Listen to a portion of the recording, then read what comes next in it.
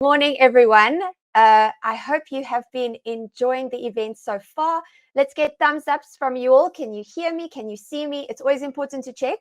Otherwise, I'm just talking to myself. Wonderful, wonderful. A warm welcome to those who have just joined the event. To those who have been in the venue since early this morning, how's it going? Let's see in the chat.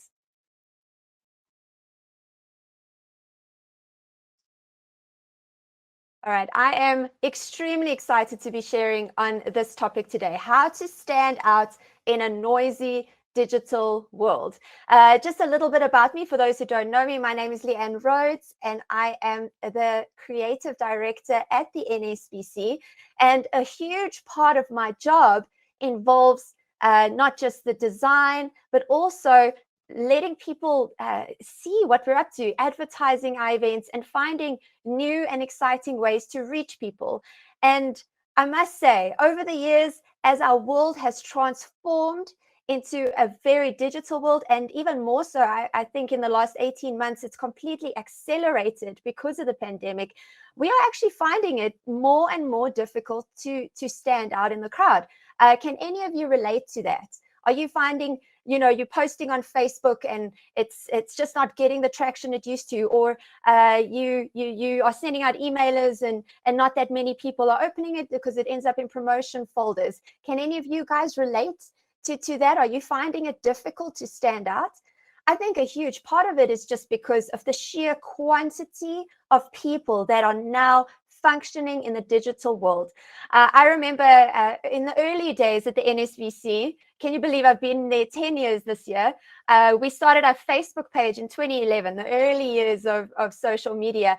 And we did a post and we'd get easily 500 likes, 1,000 comments. And that was just organically. We didn't pay or anything. And now we have to really fight hard to get in front of the right people.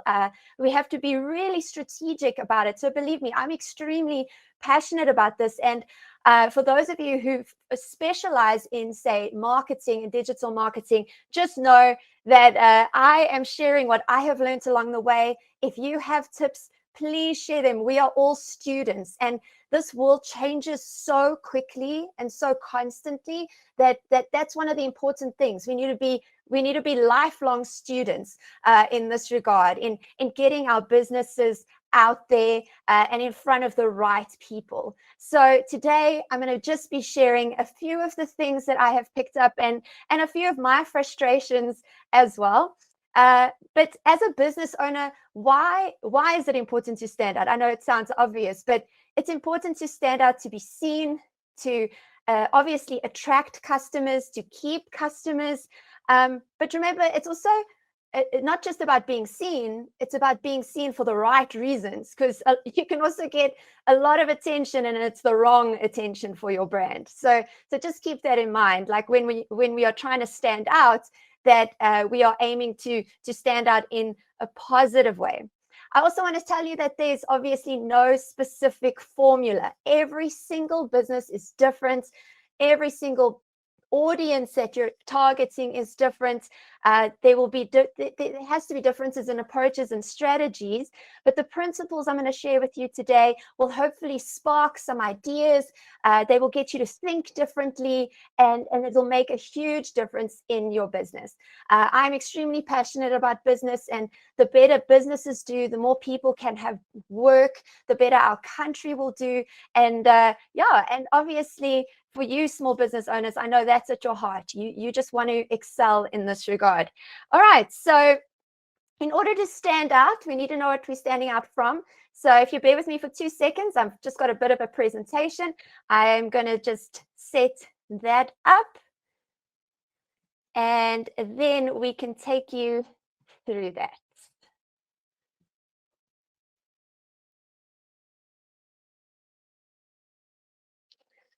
Okay, so how to stand out in a noisy digital world. I don't know about you, but this is how the world feels to me at the moment. It feels like there is just so much out there. I think if I ever spend just 2 minutes on Twitter, this is what Twitter feels like for me. If there was a visual of what Twitter looked like, everyone talking at the same time, And what often happens in these environments as small business owners is either you do one of two things. You just give up and you get silent, or you start doing this. And when you meet someone and they just like, this is what we do, this is who we are, please buy from us. How do you feel when you see this image? Have you experienced this as a customer from someone like a business or a brand?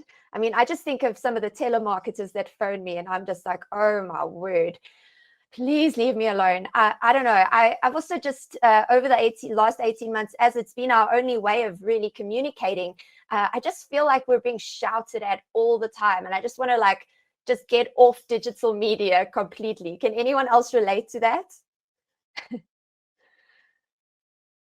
I've also had these moments where, I don't know if you've had this, where you basically you spend hours crafting the perfect message that say now let's talk about social media, and you put hours into it, time into it, you strategize, you post it, and it feels like you just screamed into a big empty area. There's just no reaction, there's no comments, there's no clicks, there's no likes, and it just falls on deaf ears. So how do we overcome these challenges? And this is something I deal with daily. How do we get through all the noise?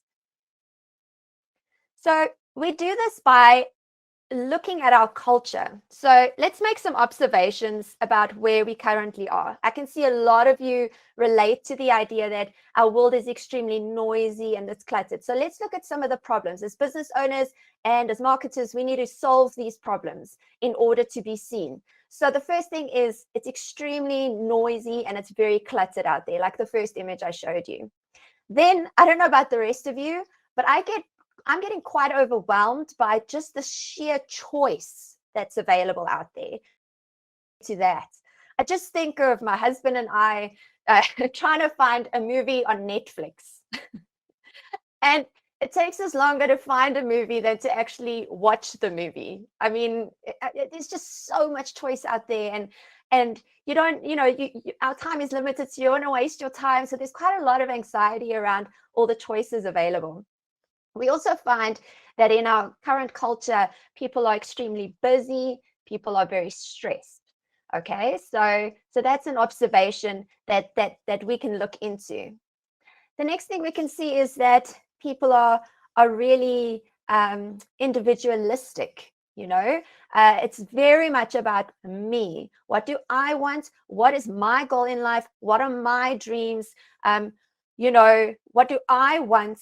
I even saw a billboard once advertising a mall, and the slogan was, "It's all about you."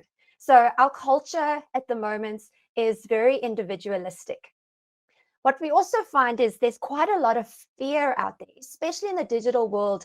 And I find it even more so with, say, the older generations that have not, grown up with technology. There's a lot of fear about, cybercrime or being scammed. I don't know if you can relate to that, like you go but also just within a business, how can I trust that this business is going to give me what I pay for? Like, I work really hard for my money. How on earth will I know, So there's that fear out there. We also see a huge amount of, let's call it, people and things that are fake. So I mean, fake news is rampant out there, but also just if we look at social media, if we look at influencers, we look at the images that people portray, we look at, what people put out there, we know that it's not real, like that there's so much more behind that perfect family photo. I mean, you've seen a few before and after pictures where there's this idyllic family photo, but actually 3 minutes later, everyone was screaming at each other. So yes, there's a lot of fake. We don't really know what we can trust. And ironically, even though we are the most connected we have ever been, I mean, we can pick up a phone and video call someone or anywhere in the world, basically. There's a feeling there's this lack of connection, lack of deep connection. So now, as small business owners, this is the environment that we are trying to speak in. This is the environment we are trying to be seen in. So how can we stand out? We stand out by being different to this, different to the norm. That is how we are seen. So let's have a look at some of these things that we can do. Firstly, we'll stand out if our messages are clear and if it's uncluttered. Think about that a little bit. Think about any promotional material that you're creating. Think about anything you're posting out there. Have you just jam-packed absolutely everything you could possibly do on there? Or are you extremely clear about what you are offering? Is your message extremely clear? Because that will stand out against all the noise. The next thing, if you're overwhelmed by too much, like perhaps simplification is the answer. Do you really need 12 different products? What about focusing in on the one product that's your bestseller, that is doing, that is really resonating with people? And why not start simplifying your approach to marketing that, or just simplifying your business itself?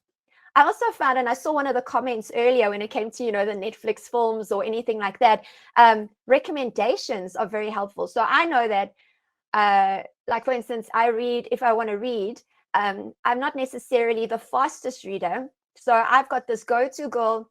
She's a book guru. She goes through books like crazy. And I always ask her, what book would she recommend? I know that like on various platforms, they have personal recommendations, and that really helps, take away that feeling of too much. But this can be applied in various ways within your business. How can you simplify, and how can you focus on a few things that you do excellently, as opposed to trying to be everything for everyone? This is also true in terms of your messaging and your branding. If I ask you who's your target audience, please don't say everyone, because that is just not true. Targeting people, simplify. Think about who is your ideal target audience and hone in on that so that you can better connect with them. All right, we see with busy and stressed, if you are offering something that is time-saving and easy, then, that's going to really soothe those that are busy and stressed. This can go, let's take something simple like your website. Is it easy to use? Can you find what you need really quickly? And in that way, you're going to stand out from your competitors where that was not a priority. All right. Then in a world that's very individualistic, what helps you stand out is by putting others first. Have you thought about that? Rather than approaching customers with, we do this, we do this, we do this, we offer this, this is who we are. What if you flip it around? And we know that in yesterday's seminar, Mark spoke a lot about that. Think about the customer. What do they want? What do they need? And in fulfilling those needs, in putting others first, ultimately you will benefit. What you sow, you will reap. Then when it comes to the fear aspect, especially online and especially in the digital world, how can you offer the feeling of comfort and safety? That will make you stand out. How can people know that they will trust you? In a world that is filled with fake, you will stand out by being authentic, by projecting like an authenticity, and especially through integrity. So think about what you're putting out there. Is it really who you are? Is it really what you're offering? And then where there's that lack of connection, you will stand out by being personal and, creating an emotional connection, caring about people, specific people, not just targeting everyone at the same time. All right, so there we go. You can have a look at those. But from these, I've been able to identify basically 3 things that we're going to focus on today. And this, I would like you to then go and look at all your touch points, at all the spaces and places where you make contact with your customers, and ask yourself these questions. All right. So for the first one, we said, is it clear and uncluttered? Meaning, is it easy to find? Are you easy to find? Okay. If people are overwhelmed, are you easy to find, and Are you easy to identify? I think about when I went overseas to the USA, and we went shopping, and I just wanted to buy tea. I love tea, and I just wanted to buy a box of tea. And I looked at the shelves that are just, and anyone who's been to the USA, there is so much choice. It is unbelievable, and it's very overwhelming. And I looked and I looked, and I realized then the power of a brand and a power of recognizing something. Because here, I don't think twice. I look for the color, I look for the branding, I reach for it, and I go to the till. Whereas when I was there, I spent like, I don't know, easily 10, 15 minutes trying to find the right one. So it helps a lot being easy to identify, and that'll help people not feel so overwhelmed. If people are busy and stressed, it's the same point, easy to identify.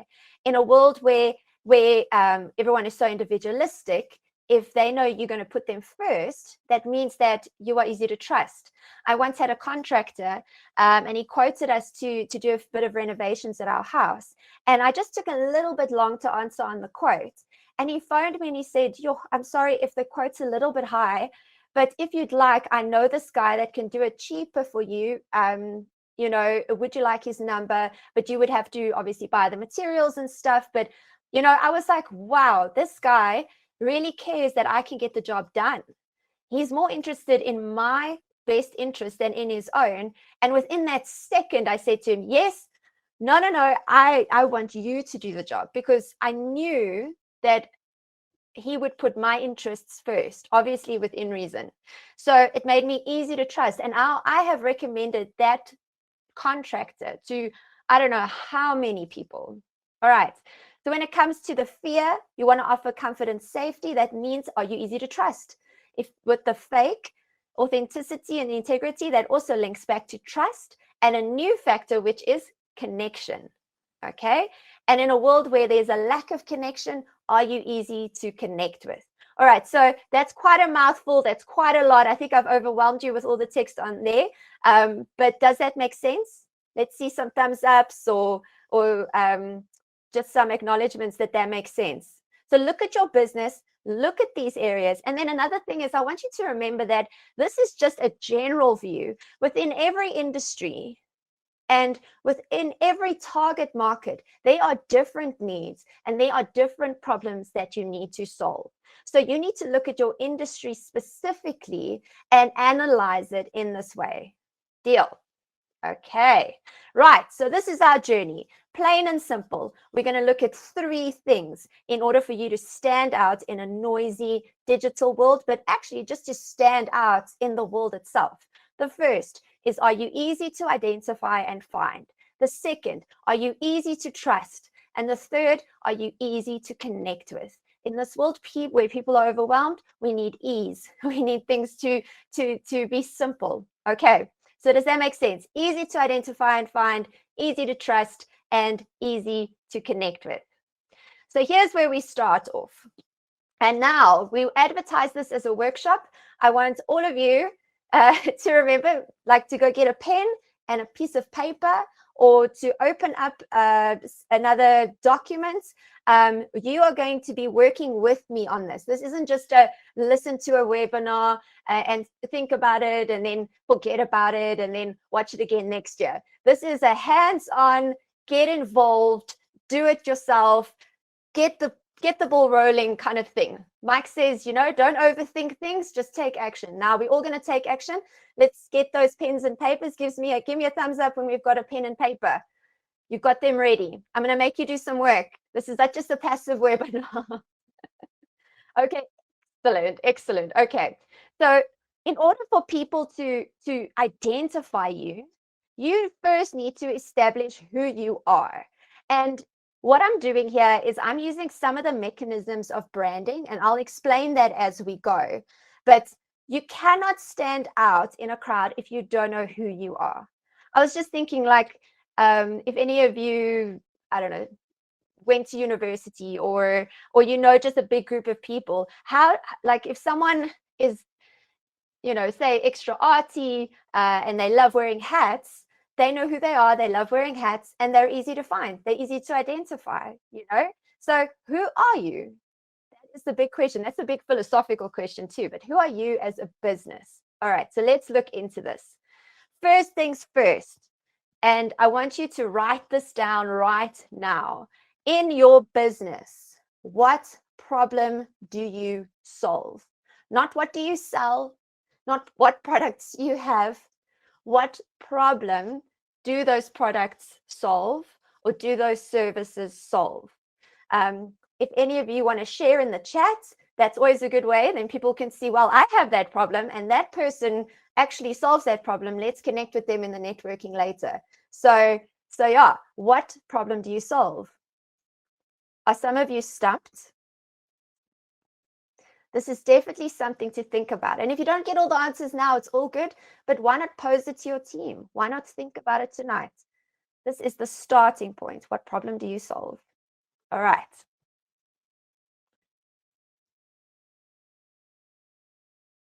Okay, we see there. Okay, we've got to enable access to capital. Okay, so the problem is not accessing capital. So you can then solve that. I know a lot of businesses struggle with that. I help. Okay, we see Nawabisa says she helps businesses bring the essence of their brands to life. Okay, I think you can actually move that one even further. Like, you actually help them to be seen. You help them to get more customers. Okay, we see Eunacia says we solve the hygiene problem. Okay, I'm not exactly sure which hygiene problem that is. All right. But this is a really good exercise because you need to sum this up. What problem do you solve? Okay, good. Let's move on. All right. So the next thing is, what are your values? Okay, the reason, and I don't want these, the boring value statements that you get, we do this and we value this and whatever, but what are your core values? Because the reason this is important to identify is because your customers will align themselves with brands that share their values. So for instance, something that I am really valuing at the moment is the environment, and a brand that also does that, I value what they do and I'm more likely to support them. I know a lot of brands, I think one, for instance, Yappy Chef has taken their packaging and looked at it in such a different way that it's reusable, it doesn't use plastic. So there are, what values do you have that your customers can align with? Let's write some of those things down. Put some examples in the chat as well. What are some of those values? Do you value, integrity, good ethics? Do you value, let's get some other ideas in the chat. But write that down. What are your values? Because if you are projecting those, your customers will align with them. Loyalty, reliability. Yes, I know of many customers that would opt for, let's just talk about cars, that will opt for a more reliable car with less features, that's less, I don't know, say visually, stylish because of that reliability factor. That's an excellent one. Loyalty, absolutely. Wonderful. Let's see some more in there. Let's inspire the others if they're a bit stumped. Okay. Then the next thing we need to evaluate now is, who are your competitors? Oh, there's some nice ones coming through now. Dependability, speed, efficiency, communication, establishing relationships. Okay, there we go. Authenticity, absolutely. People really, really connect with that value. Quality, yes. So people who want quality will support brands that give them quality.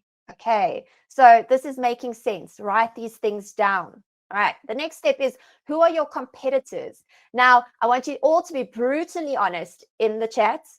I know there are many small businesses out there that have no idea who their local competitors are. Are there any of you who will be authentic, who will humble yourselves and say, I don't really know who I'm competing against? You know, I value that honesty and that humility to say I actually don't. I don't know who our competitors are. The reason you need to know who your competitors are is if you want to stand out in this world, you need to know who you're standing out from. Does that make sense? You need to know.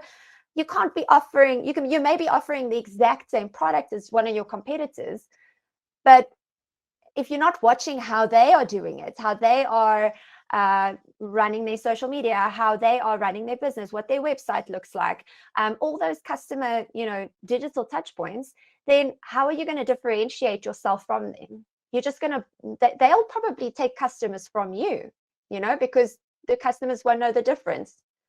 I love that. I am my own competition. Nice. Nice, Emma.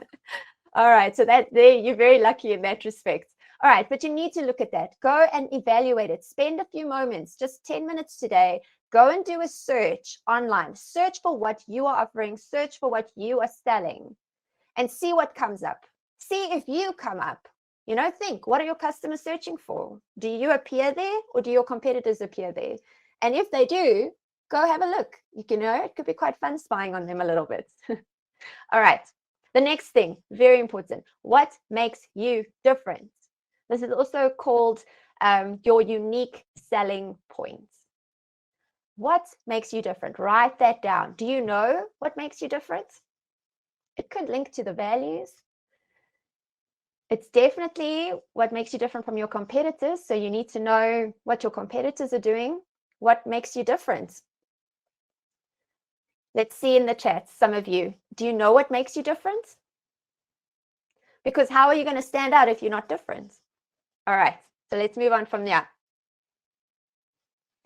Okay, so this is something I saw in a webinar a while ago, and it just absolutely blew my mind. When it comes to standing out, this is called archetypes. So if any of you have heard of archetypes before, well, it's basically, you can observe it in literature over the years, and you can observe it in, let's see, it's kind of these reoccurring themes that we see within society, these reoccurring personas that come about. So if you look at that outside circle, you'll see the innocent, the sage. We've all heard of the outlaw, the hero, the villain, the lover, the jester. In some of the greatest literature, we see this. But have you ever thought this in terms of your brand?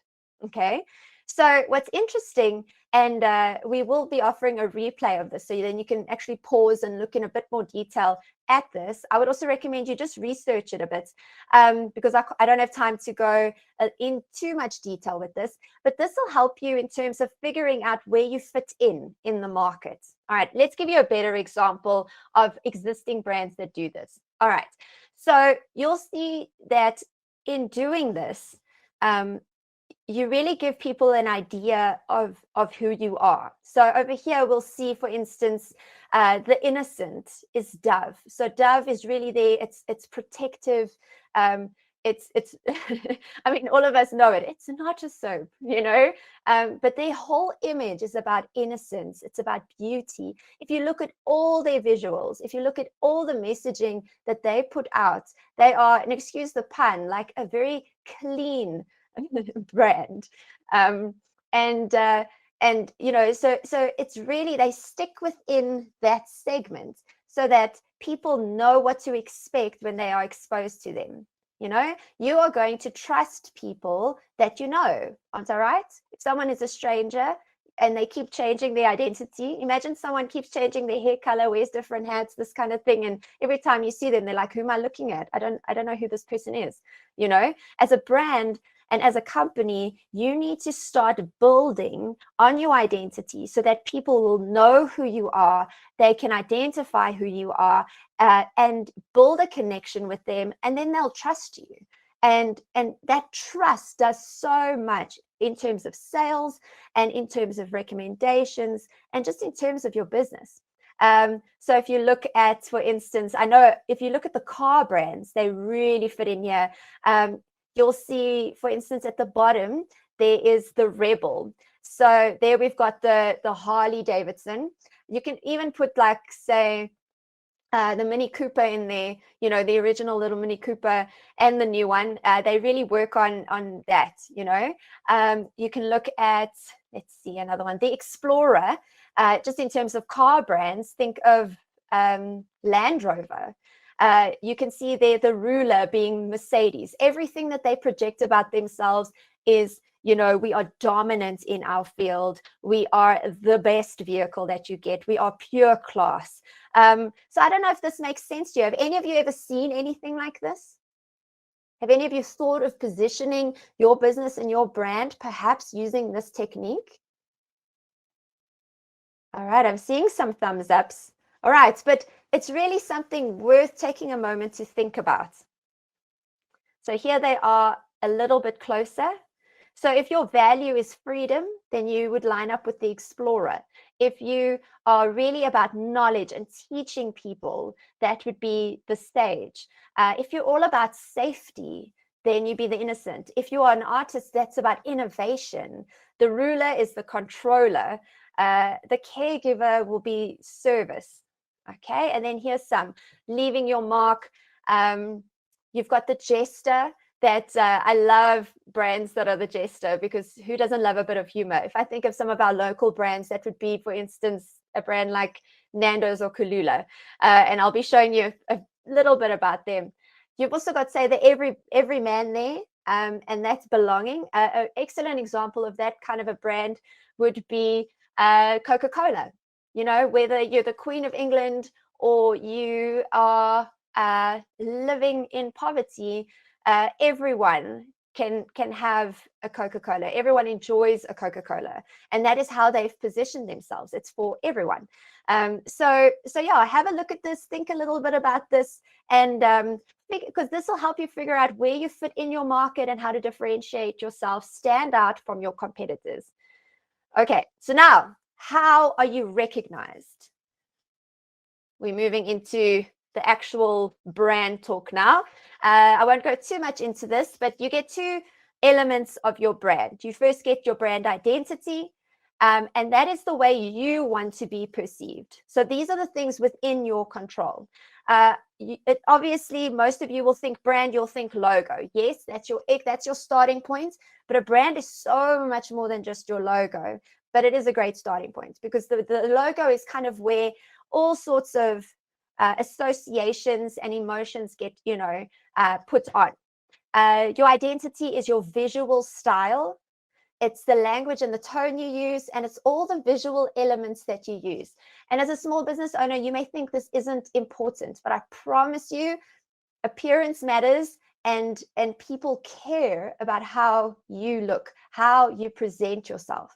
Then on the other side of the brand, you get the brand image. And this is the way that customers actually perceive you. So it lines up with their beliefs, it lines up with their emotions. It's the first impression you actually make on people, and it's your reputation. So you can control as much as you want on that side, and you do this to influence the image. You can control the identity, but there's only so much you can do to do that, because every single person is different. So that's how the branding works. So we're going to look at the identity aspect of this now. So you've got visual brand assets. So you've got your logo, you've got your colors, you've got your fonts, and you've got your visuals. And remember what I spoke about earlier. If people start recognizing you, they start trusting you. And if they start trusting you, then you can build loyalty, and they'll keep coming back to you. So how do you do this? You do this by using consistency, because consistency equals recognition. If I say to you now, name say, insurance brand that's color is pink, almost the pink of that color, what would you say? Yeah, exactly. There we go. There's two of them. There's the bright pink and the light pink. Okay. If you had to name let's say, a bank that is green, immediately, there you go. Do you understand that your color use can become such a shortcut to people recognizing you. Your logo, your color use, your fonts. I know it may not sound important, but it really is. Your visuals, you can choose specific visuals. Do you use just black and white visuals? Do you include people in your visuals? If you're selling shoes, do you always have them on a specific background? So that all these, the reason I'm speaking about all these is that they are shortcuts, basically. They are shortcuts to people recognizing you. And as they get to know you, that's what they'll see and that's what they'll know. All right, so think about these. You've got your logo, you've got your color, you've got your fonts, you've got your visuals. You as a business need to make sure that you and your entire team stick to this in order to build up that recognition over time. All right, the next thing we're looking at is brand voice. Now, this is where papers and pens come out. The brand voice is not just in the visuals, but it is in the copy you write on your website. It's in the text that you put in your social media. It's how you speak on the phone. It's really what you put out there. So let's look at the persona, okay? Your persona, are you playful? Are you inspiring? Are you casual, authoritative? Are you warm or are you super professional? So if you are, say, a legal firm, are you going to be, I don't know, casual and playful? Not really. I think you'd probably lose a few customers that way because they want to know that you are professional, you are authoritative, and you're going to take what they need seriously. Does that make sense? All right, let's look at the tone. Now write down what you feel links to your business. Are you authentic? Are you humble? Are you very personal? Are you direct? Are you academic? Or are you witty? You know, we can think of some brands that where we have those specific tones. You know, if you're applying at a university, obviously you'd expect the academic. If you're looking for someone who is an absolute expert in their field, academic is perfectly fine. Okay, so let's look at the language. The language you use, is it simple? Is it savvy? Is it filled with jargon? Is it fun? Is it serious? Or is it whimsical? Each have their own place. So where does your brand fit in here? Okay. And then we look at the purpose. What is your purpose in all your messaging? Is it to inform? Is it to educate? Is it to amuse? Is it to impress? Or to motivate, or to entertain? So this is a lot, but pick one in each of those and use that as a guide for you know, if you're going to brief an agency that maybe helps you with these elements, or to brief your team so that everyone is on the same page in terms of who you are. All right, so here's a cool example about how it's not just about the design that's put out there, but it can be simple things like how you speak on the phone, how you answer the phone. Kalula obviously have categorized themselves as, you know, warm, playful, witty, fun, and entertaining. And that is how they stood out from an industry, you know, the airline industry, that was actually very serious, if you think about it. I absolutely love this. So this is one of the announcements that was in the plane. So we'd like to thank you folks for flying with us today. And next time you get the insane urge to blast through the skies in a pressurized metal tube, we hope you think of us, you know.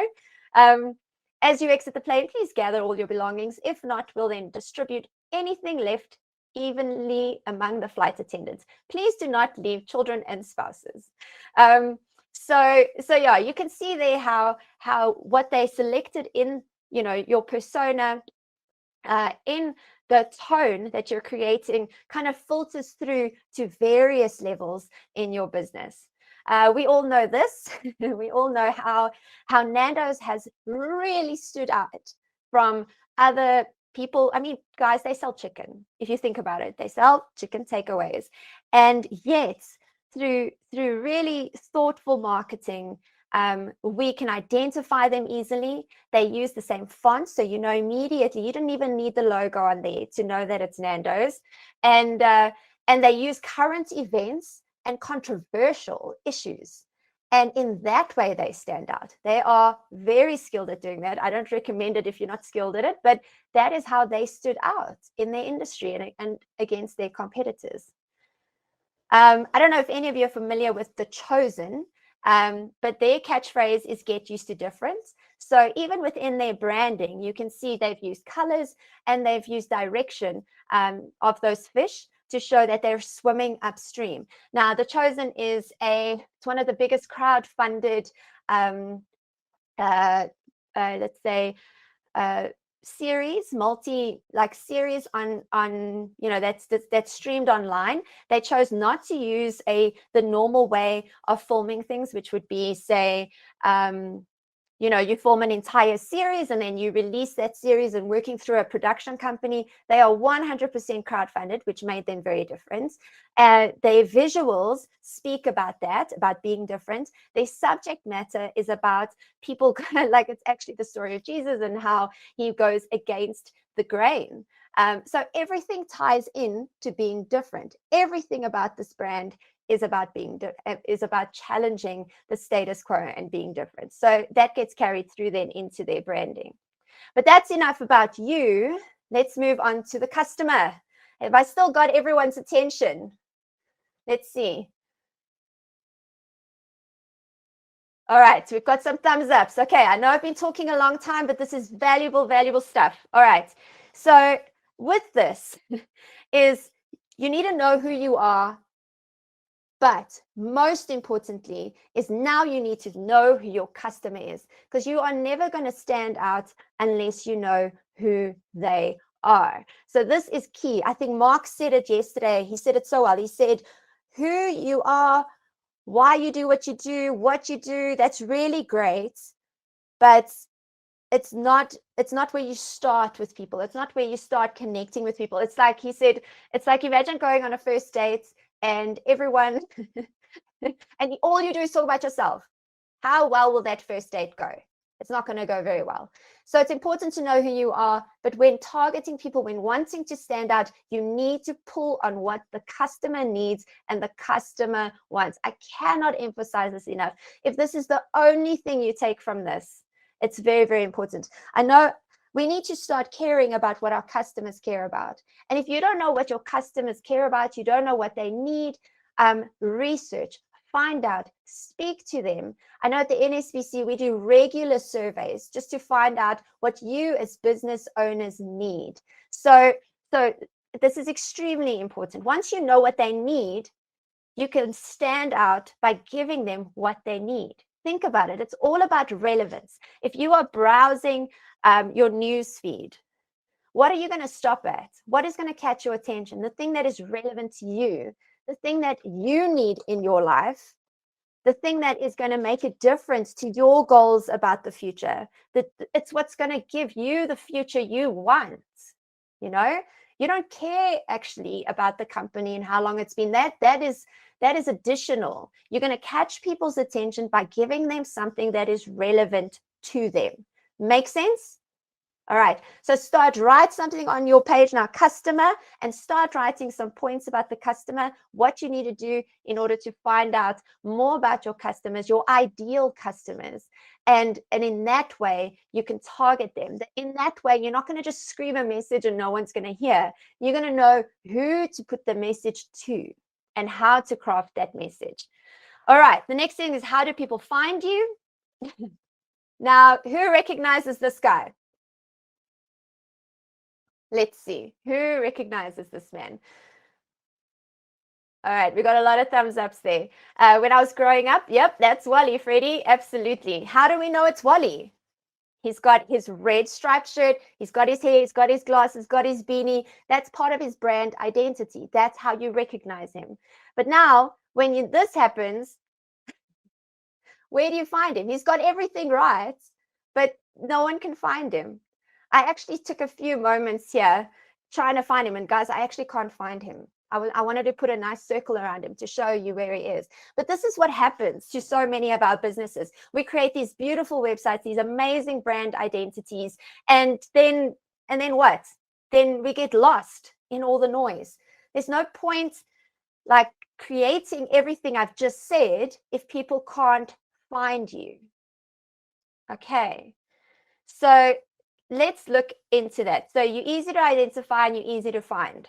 Okay. think about it. Write down now, how do your customers find you? Okay, write that down. How do they find you? Do you know? Is there a number that's randomly on some website? If they type in a search in Google, how do they find you? Do they speak to people? This is extremely important to know. Are you easy to identify? And are you where people are searching for you? Okay, moving on. We're running out of time, as we always do when I talk. Told you guys I'm a talker. We need, once they find you, how do they trust you? Okay, you need to build some credibility and trust. You know what you do, but how do your customers know they can trust you? This is where the appearance really matters. In this display, if you want someone to handle your legal affairs, who are you going to trust? Quickly. Are you going to trust A or are you going to trust B? Absolutely B. How you present yourself personally and how you present yourself digitally makes a difference. You need to look trustworthy. The next is something extremely simple. Like, yes, everything I've spoken about, crafting an identity, that works with branding, that can be expensive, but something as simple as your email address. Which of these two would you trust above the other? If you got a proposal for one of these, who would you trust? Absolutely. The one that looks like a proper business, not someone who started a business. So if you haven't got an email address with your business name, register one. Just search for a hosting company and get that name. It is really, it's not expensive at all. I think it works out to just over, to register a domain is like just over 130, 150 Rand a year. And then your email addresses might be like 50, 60, 70 Rand a month. Do it. It actually adds credibility. Reviews are massive in today's world. If you have a happy customer, go and get them to give you a review on Google, on Facebook, and on your website. I don't know about you guys, but when I shop online, reviews have a massive influence on whether I buy something or not. That adds to the credibility. Other things that you can do is if you're an e-commerce site, make sure you've got the logos on that show that you are a reliable website. That, you know, if you can have the banking logos that you use, companies, for instance, like PayFast, and if you are accredited in any way, make sure that is visible. Make sure your website is secure. Something as simple with, you know, the HTTPS, that people know that their information is safe. With Poppy around, always have a privacy policy. Make people feel safe. If you think, yeah, I think that's one of the ways to establish credibility and trust. Another is to establish yourself as an expert in your field. Write blog articles. If you've been published anywhere, post that on your site. Post that on your social media accounts. Think about it. Would you trust you based on what you see? Okay. Then a good impression is however will be very short-lived if you don't follow through with a good product or service. So you need to look credible to gain customers, but then you need to establish trust to keep the customers. And we heard yesterday, it's expensive to keep getting new customers. Try and keep those customers by making sure they can trust you. So a brand that we've seen that's coming to the forefront now is Veldskoen. I don't know if you guys recognize them, but they got massive credibility recently by being the official shoes that the Olympic team actually wore at the opening ceremony. How much credibility does that add? So if you get that high profile kind of exposure, make sure that you broadcast it, because it's something to be proud of, but it also makes people trust you and trust the quality. All right, so trust is credibility. You offer value and you do it consistently. Look at that consistency. So you look credible, you offer value, people take it up, and you constantly are reliable and you are constantly trustworthy in what you present.